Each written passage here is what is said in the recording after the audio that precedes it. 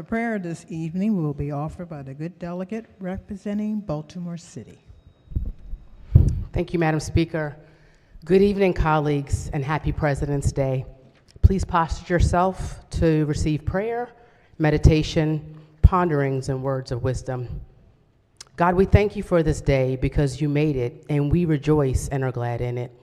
Thank you for this national holiday to remember U.S. presidents of the past, those presidents who governed during the creation of this great experiment, to those who led in grave times of war and civil unrest, to those who lost their lives because they believed in a more perfect union, and to those presidents yet to find their way. Your word says that we should pray for our leaders, so we pray. We pray that you can continually impart your wisdom to our Speaker of the House and the Senate President. I ask for your covering over our governor to lead, leaving no one behind. I pray for our president that he would uphold our democracy, which is of the people, by the people, and for the people. And I pray a prayer for all of us that we remember the words of President Abraham Lincoln: with malice toward none, with charity for all, with firmness in the right, as God gives us to see the right, let us finish the work we are in to bind up the nation wounds. Amen. Amen. Quorum call. Madam Speaker.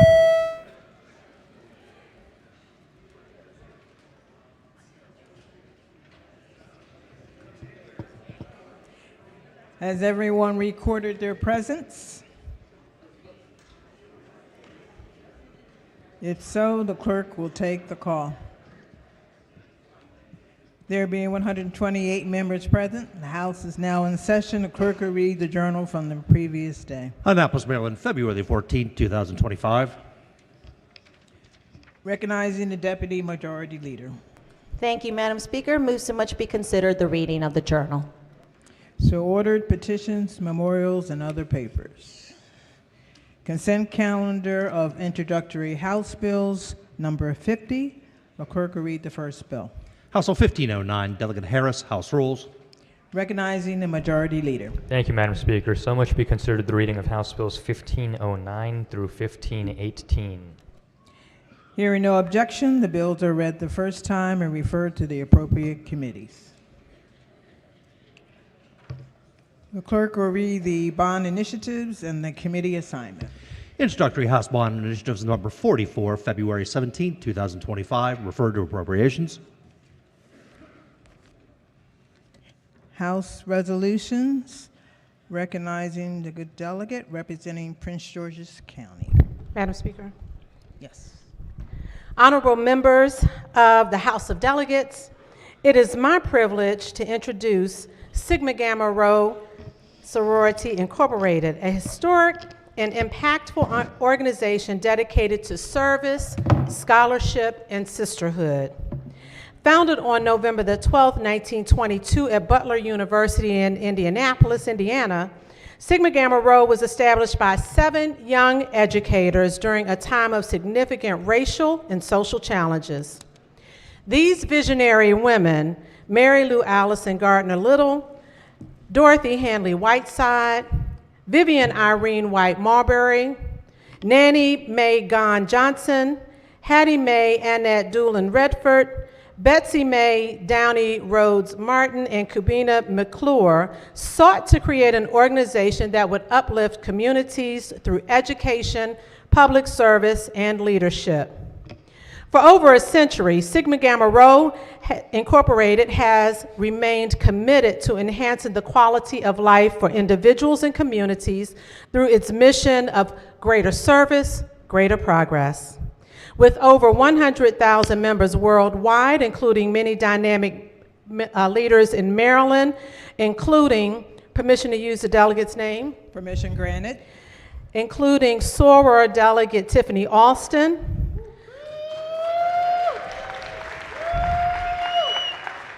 former delegate and current state's attorney Aisha Braveboy,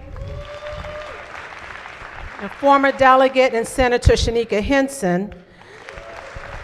The sorority continues to address critical social issues through youth mentorship, health advocacy, education initiatives, and community engagement. Today, I invite the House of Delegates to recognize and celebrate Sigma Gamma Rho Sorority Incorporated, its legacy of empowerment, and the extraordinary contributions its members continue to make across Maryland and beyond. Will the reading clerk please read the resolution in full? Be it hereby known to all that the House of Delegates of Maryland offers its sincere congratulations to Sigma Gamma Rho Sorority Incorporated in recognition of Sigma Gamma Rho Sorority Day 2025 and its exemplary service, leadership, and sisterhood to Maryland and the greater community. The entire membership extends best wishes on this memorable occasion and directs this resolution to be presented on the 17th day of February 2025.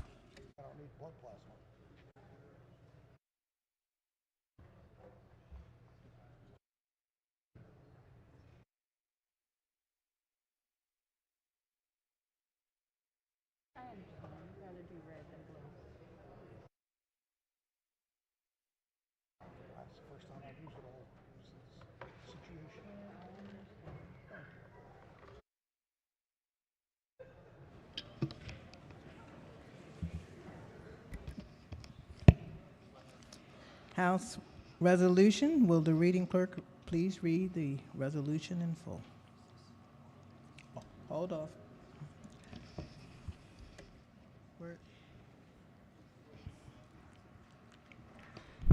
Madam Speaker, Yes. today I rise to recognize Phi Beta Sigma Fraternity Incorporated, founded on January 9th, 1914 at Howard University in Washington, D.C. by three visionary African-American students, A. Langston Taylor, Leonard F. Morris, and Charles I. Brown.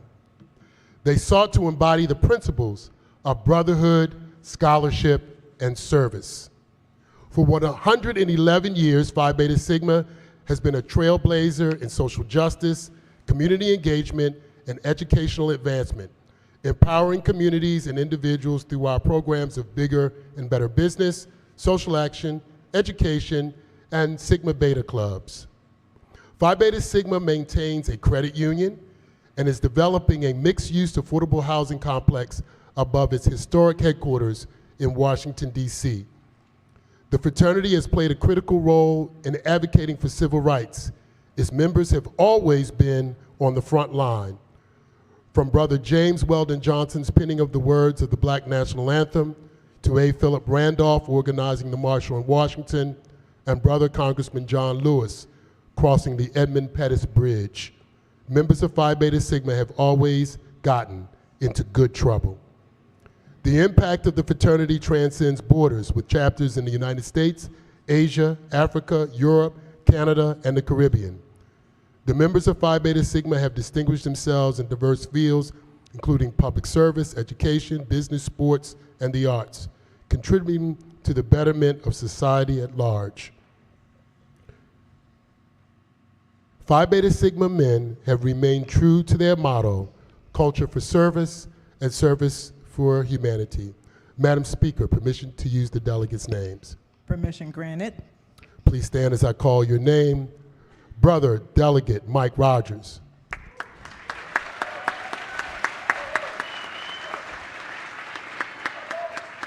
Brother Delegate Gabe Acevero.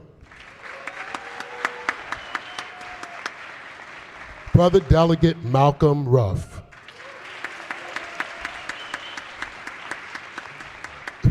I am honored to share membership in the fraternity with these gentlemen. Today, we take this moment to acknowledge the lasting impact of Phi Beta Sigma fraternity, the lasting impact of Phi Beta Sigma fraternity. Accepting this resolution today on behalf of Phi Beta Sigma is our State Director, Dr. Jarrell McCray, and the State Director of Social Action, Brother Christopher Gibson.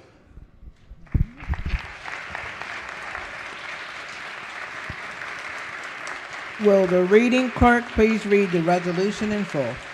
Be it hereby known to all that the House of Delegates of Maryland offers its sincerest congratulations to Phi Beta Sigma Fraternity Incorporated Maryland chapters in recognition of 111 years of good work in Maryland, empowering generations of men to believe in advocacy, community service, and engagement.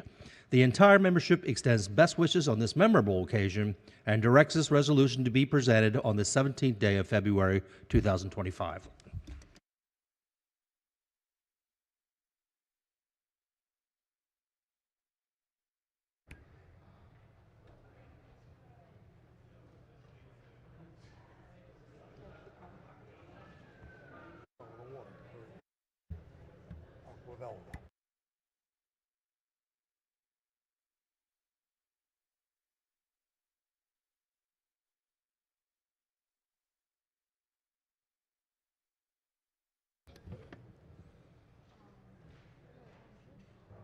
Recognizing a good delegate representing Anne Arundel County. Thank you, Madam Speaker. Colleagues, I rise today to recognize Zeta Phi Beta Sorority Incorporated, my sisters, who were founded on January 16, 1920, by 5 co-eds on the campus of Howard University to advance the principles of scholarship, service, sisterhood, and finer womanhood. Zeta Phi Beta Sorority was the first to charter an international chapter, the first organization to create auxiliary groups of adults and youth, and the first to hold a national convention below the Mason-Dixon line. It was also the first to be constitutionally bound to a fraternity, Phi Beta Sigma Fraternity Incorporated. Zeta is home to Opal Lee, the grandmother of Juneteenth, Annie Turnbull Malone, one of the first African-American millionaires, Gwendolyn Brooks, the first African-American woman to receive a Pulitzer Prize, the past international president Violet Neatley Anderson, the first African-American woman to practice law before the Supreme Court. Zeta members and auxiliary groups provide significant volunteer service, financial capital, and professional talent to educate the public, assist youth, enrich community outreach programs, fund scholarships, support organized charities, and provide legislation for civic and social change.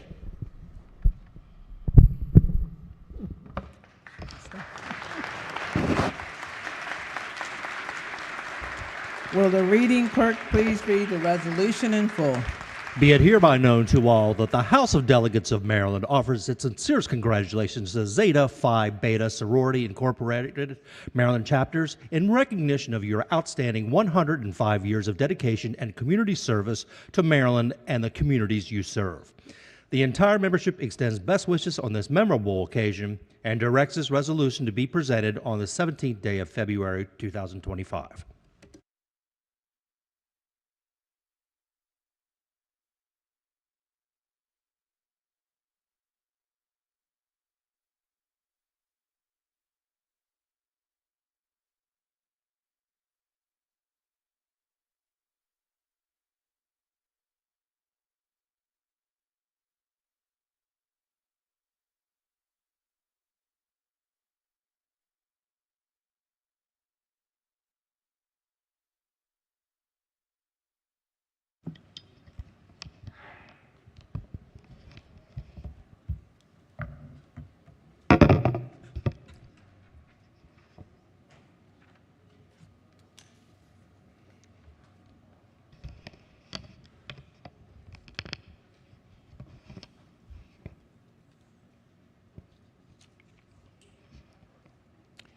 Today we will have this evening we'll have the Washington Day address, which will be offered by the good delegate representing Montgomery County.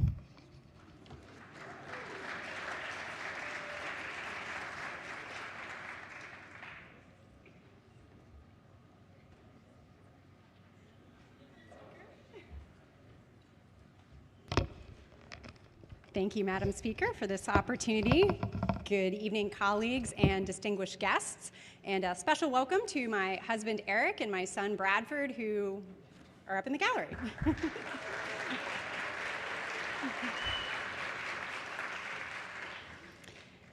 In preparing for this address, I struggled with what to say about a man who was born nearly 300 years ago. In the year 2025, I genuinely ask, is it even still appropriate to commemorate a man who owned 317 people at the time of his death, who wore the teeth of the people he enslaved in his mouth? This is a major failing that we cannot and should not overlook about George Washington, especially since he did not use any of his leadership positions to try to bring about an end to slavery in America. So how should we interpret the legacy of George Washington? He was clearly a deeply flawed person. That's undeniably clear from our vantage point in the 21st century. Yet we can recognize these failings while still remembering Washington's contributions to founding our nation. For many, George Washington secured his place in history as the commander of the Continental Army, which he resigned just a few steps away from where we gather tonight. But there was much more to Washington than his commendable military service. Through his words, actions, and personal decorum in office, he created the mold for what an American president should be. Washington was an imperfect mold, especially as it relates to Black Americans, Native Americans, and women, but he is still among the best templates we have, the standard that modern leaders should be held to in many ways. Washington started to create that standard long before he was elected president. He was determined that America would never again be subject to the rule of one man. One of his military officers once suggested that after the Revolution, America should establish a monarchy and Washington should become king. Washington completely rejected the idea and demanded that the subject never be raised again. That wasn't just rhetoric. Twice, Congress gave General Washington virtually unlimited powers during particularly chaotic times in the Revolution. As soon as he could, however, Washington gave back the authority. Washington likely was well aware that the opportunity for abuse was great. It's not hard to imagine that if a different person had been in this role, the revolution might have ended not with a republic, but with a dictatorship. Even once he was elected president, Washington was reluctant to take power, especially as the first president. He likened the prospect of the new role as being, quote, accompanied with feelings not unlike those of a culprit who is going to the place of his execution, end quote. The responsibility of the office weighed heavily on Washington. During his first inauguration in 1789, multiple eyewitnesses said he was visibly nervous as he delivered his inaugural address. It was clear that Washington was genuinely concerned about what the future would hold as the United States created its unique identity as a democracy born violently from a monarchy. For Washington and others, it was of the utmost importance to avoid even the appearance of a monarchy as they worked to create the new government. One early matter that needed to be sorted out is what Washington's title would be. The first Congress considered titles such as His Excellence, His Elective Majesty, and His Mightiness. John Adams argued that the new nation needed some splendor and majesty to maintain its place in the world. Congress was tasked with sorting out the matter. The debate lasted for weeks and ultimately was decided by the work of a bicameral committee. The Senate's official recommendation was to address the President as His Highness, the President of the United States of America and protector of its liberties. But ultimately, the House won out with their recommendation of President of the United States.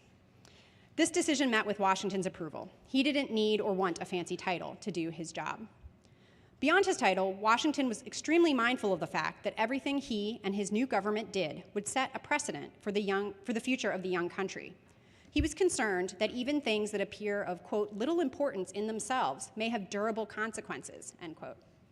Washington wanted to build the new government correctly from the start so that errors in his administration would not be confirmed by habit by future administrations. President Washington took great care in deciding other aspects of the new government, as there was no precedent for his role or his administration. For example, Washington sought the advice of colleagues on thorny matters, such as how much should he associate himself with the public, or should he totally seclude himself? And if he did have public audiences, would one a week be sufficient? Spoiler, he decided to have a standing weekly public reception that was open to any white man with a decent suit. President Washington went even further than inviting a subset of his fellow citizens into his official residence. Washington spent months during his first 2 years in office traveling the new country during epic road trips, including through Maryland. Long before public opinion polls existed, he wanted to know the sentiments of the people and the conditions across the United States. In a time when roads were limited in their existence and rough in their condition, he traveled north into New England and as far south as Georgia, meeting thousands upon thousands of Americans along the way to hear their concerns and opinions. By the way, these trips are the origins of the claims on some historic buildings that Washington slept here. Washington didn't just sweat the small stuff. He deeply considered the major issues before the country, from the paying off of the debts accrued during the Revolutionary War to creation of a permanent capital for the United States. As he capably dealt with these issues, Washington set many of the norms and traditions of the executive branch. For instance, Washington departed from the British tradition of making personnel appointments based on social hierarchy and personal relationships. Instead, he looked first and foremost at the applicant's qualifications and merit, or what Washington called fitness. That scrutiny applied to his own family, too. When his nephew, Bushrod Washington, asked to be made United States Attorney for Virginia, the president rejected him on the grounds that others were more qualified for the position. As president, Washington filled roles with the best people, even when that meant appointing someone who disagreed with him. Thomas Jefferson and Washington disagreed on many subjects, including international policy, yet Washington still chose Jefferson as his first Secretary of State. President Washington went further than appointing potential adversaries. He encircled himself with his advisors in the first presidential cabinet, an idea that was not dictated by the Constitution, and that had origins in his close circle of military advisors during the Revolution. Washington's cabinet were not sycophants. Hamilton and Jefferson famously did not agree, yet Washington still sought both of their counsel. Ultimately, Washington created the most important precedent as president, stepping down after 2 terms rather than holding the office for life. As we know, his successors followed this tradition voluntarily for nearly a century and a half. Just as importantly, Washington peacefully transitioned power to his successor. This is a tradition that all but one of Washington's successors has followed. Instead of a monarchy or a dictatorship, Washington effectively honed the new office of president within the limitations of power set in the Constitution and the acts passed by Congress. He was a strong executive, but also a collaborative leader who sought the advice and consent of Congress. From his time in office, and especially from how he ended his presidency, Washington made clear that the power of the presidency was not his own personal power. Rather, the power was vested in the office. And Washington understood the weight of that office. The weight of the responsibility of getting a fledgling nation off the ground was great, and the opportunities for missteps many. Just like the elected offices that we hold, the presidency is the embodiment of our fellow citizens' trust, and we must work every day to uphold that trust. This annual address is not just a commemoration, but also a reinterpretation of our nation's past. After many hours of research and preparing for this speech, I've come to the conclusion that the life and work of George Washington still has much to teach us. For one, that the president isn't a king. That the president isn't just the head of their party, they're the head of the nation. That the president isn't above the law. That checks and balances among the 3 co-equal branches of government are more important than ever. That the Constitution still matters. That democracy still matters. That holding public office is an obligation to continue this great experiment that is democracy. During the 8 years that George Washington served as president, the eyes of the nation and the world were upon him and the United States. The same is still true today of the world's oldest continuous democracy. Just as we reflect on Washington today, future generations will judge our actions during these turbulent times. Washington was a realist who never gave up on the dream that was the United States of America, even when that dream was repeatedly tested. Like Washington, I am realistic about our current circumstances and challenges. And like Washington, I am not ready to give up my hope for our great nation and its people. Thank you.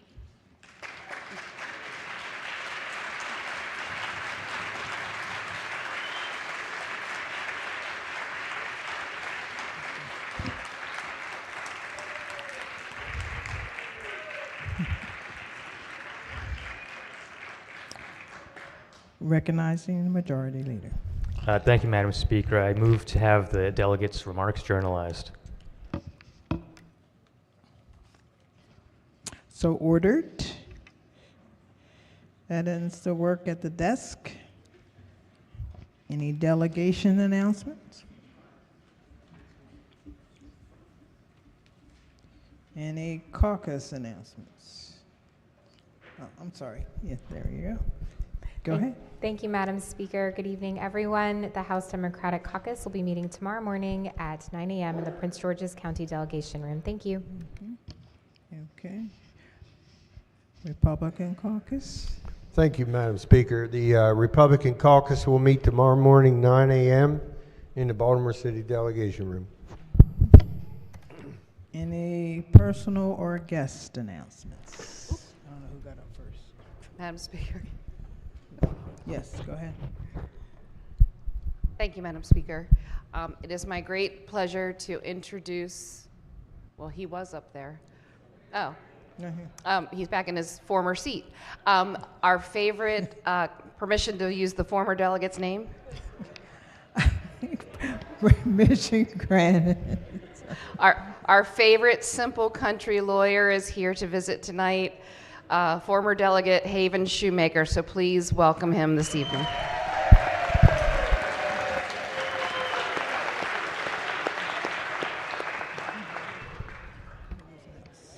Go ahead. Thank you, Madam Speaker.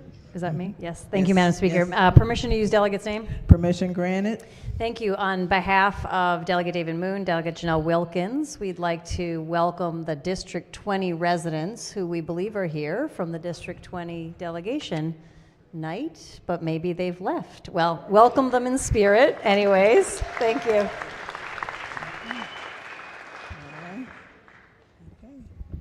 Go ahead. Thank you, Madam Speaker. Colleagues, please join me in welcoming students from 15 counties with the Maryland Civic Education Coalition advocating for stronger civic education. Okay.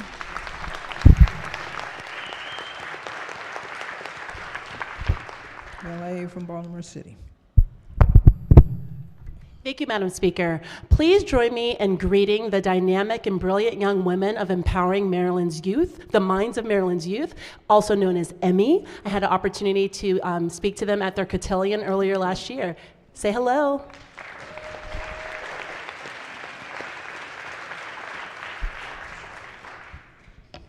Gentleman from Anne Arundel. Thank you, Madam Speaker. Colleagues, I'd like for you to help me welcome someone who hasn't been here in about 6 years. Some folks say that he actually looks a little bit like me.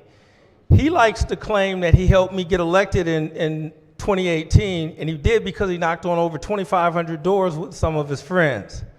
So this young man is about to get his MBA in 3 months he graduated from Morgan State University, and he'll get commissioned as a second lieutenant, and he currently serves in the Maryland National Guard. Colleagues, please help me introduce my son and fraternity brother, Jared Rogers.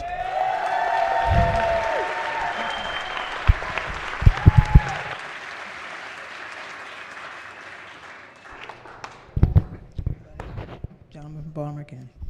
Madam Speaker, I believe she may have left, but the Honorable Judge Janina Stevenson was with us this evening, so I just wanted to make sure we went on the record to acknowledge her. Thank you, Madam Speaker. Go ahead. Thank you, Madam Speaker. As chair for the Shadow Day for the Legislative Black Caucus, I would like to invite all of us who have shadows on tomorrow from the Legislative Black Caucus to send your staff at 9:30 to the State House Rotunda to pick up your shadow on tomorrow, and they will be visiting with us all day tomorrow. So colleagues, please welcome them as you see them on the floor, in the chambers, and in committee on tomorrow. Thank you, Madam Speaker. Okay. Shadow Day. Okay. Montgomery. Thank you, Madam Speaker. Colleagues, please join me in welcoming a group of engaged, civic-minded young leaders where many of us got our start, the Montgomery County Young Democrats, who are here as part of the Young Democrats of Maryland Advocacy Day.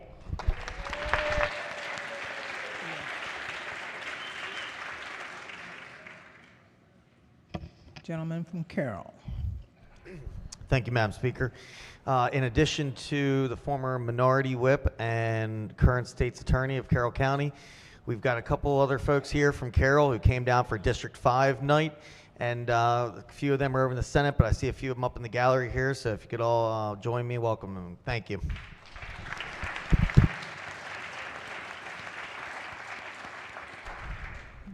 Madam Speaker. Gentleman from Montgomery. I'm sorry. Anne Arundel. Thank you, Madam Speaker. The Legislative Basketball Caucus will be meeting this evening. That'll be going on about 8:45, 9 o'clock at St. Mary's High School. And just a quick reminder, the snow will not stop us from having our blood drive this Wednesday So if you are a delegate that likes Mountain Dew for lunch, please sign up to be there early to give your blood this Wednesday, February 19th. Thank you. Gentleman from Baltimore County. Thank you, Madam Speaker. On behalf of myself and several of my other colleagues in Baltimore County, we had a number of more civically engaged young people visiting from the Baltimore County chapter of the Young Dems. I think they might have left, but.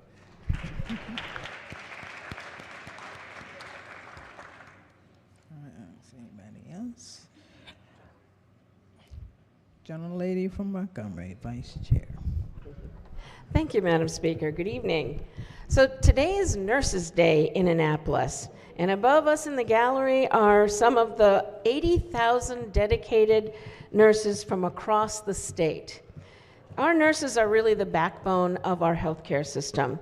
They're there in our most vulnerable times, bringing new life into the world and providing comfort and care for us in our final hours. During the pandemic, they demonstrated extraordinary courage and resilience, working tirelessly to protect our communities.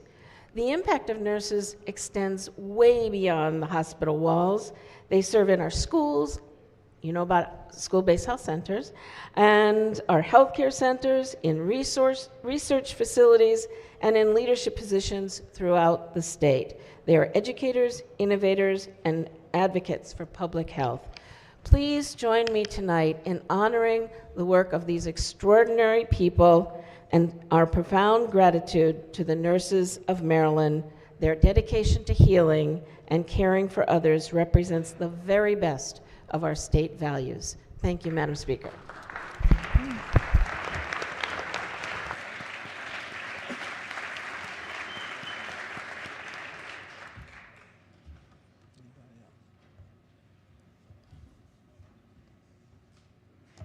Gentlelady from Howard. Thank you, Madam Speaker. Hello.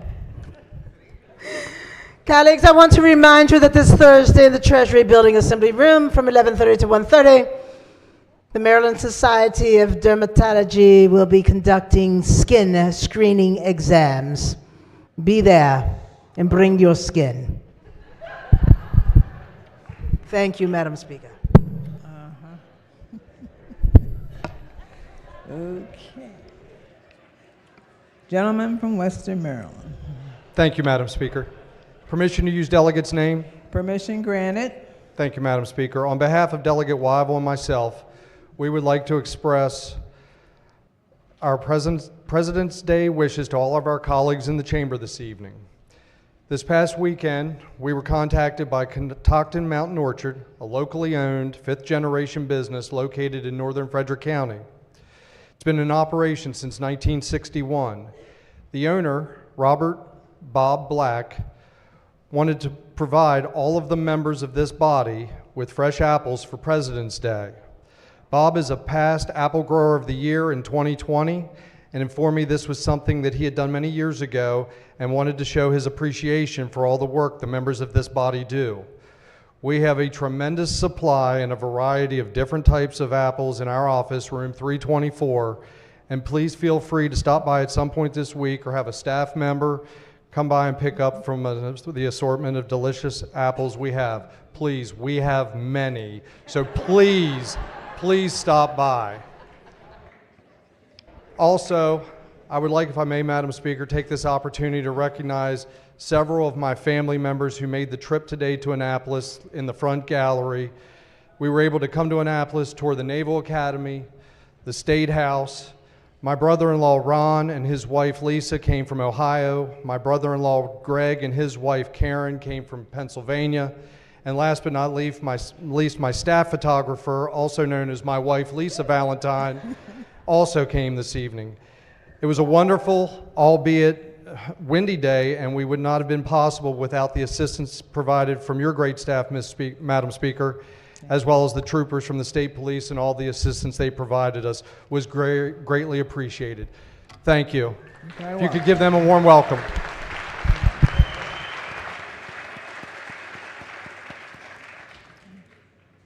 Anyone else? Okay. Today is Monday. Recognizing the protocol chair. All right, Madam Speaker. Okay, you sunshines, come on down.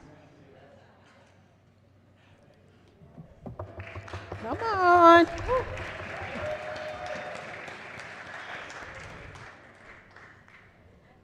Thank you all for coming today, sunshines.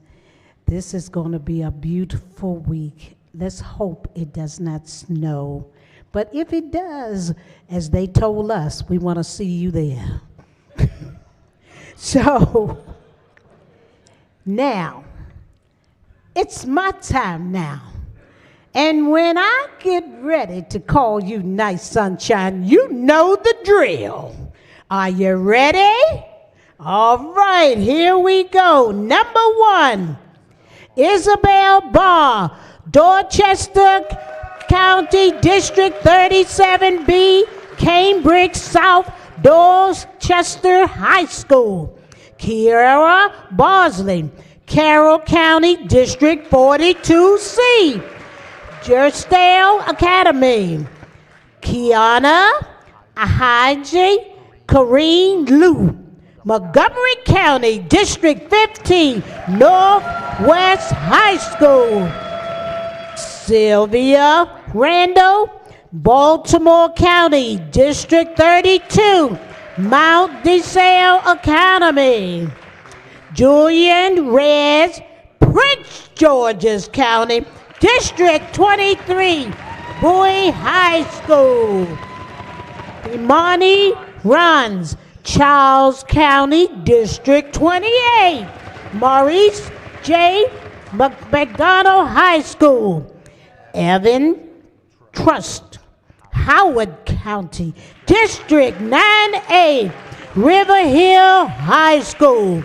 And finally, Faith Erbach, Carroll County District 5, Manchester Valley High School. All right, I got through this. And guess what? I'm going to do the same thing on Friday. So I want to make sure you sunshines have a nice week. And come visit your wonderful delegates out here. All of them are wonderful. And your sunshines are going to take care and visit y'all this week. Now, thank you all. You can be excused. Go this way, that way. Madam Speaker, only one wonderful, wonderful, wonderful announcement. Things are going well. You know, let me tell you about you wonderful delegates. Y'all are so obedient, and that's something I love about you. You do know where 205 is. So I want to make sure all the ones who don't know where 205 is, it's on the second floor. Okay? So I want to see all that I have not seen, these beautiful faces. Don't forget, I need to see you this week, or I will be contacting you. Now, you have a nice day and night. Thank you, Madam Speaker. I'm finished. Okay. Anyone else? Okay. No one else is getting up. Quorum call. Madam Speaker.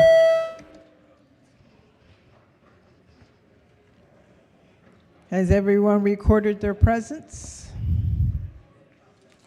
Clerk will take the call.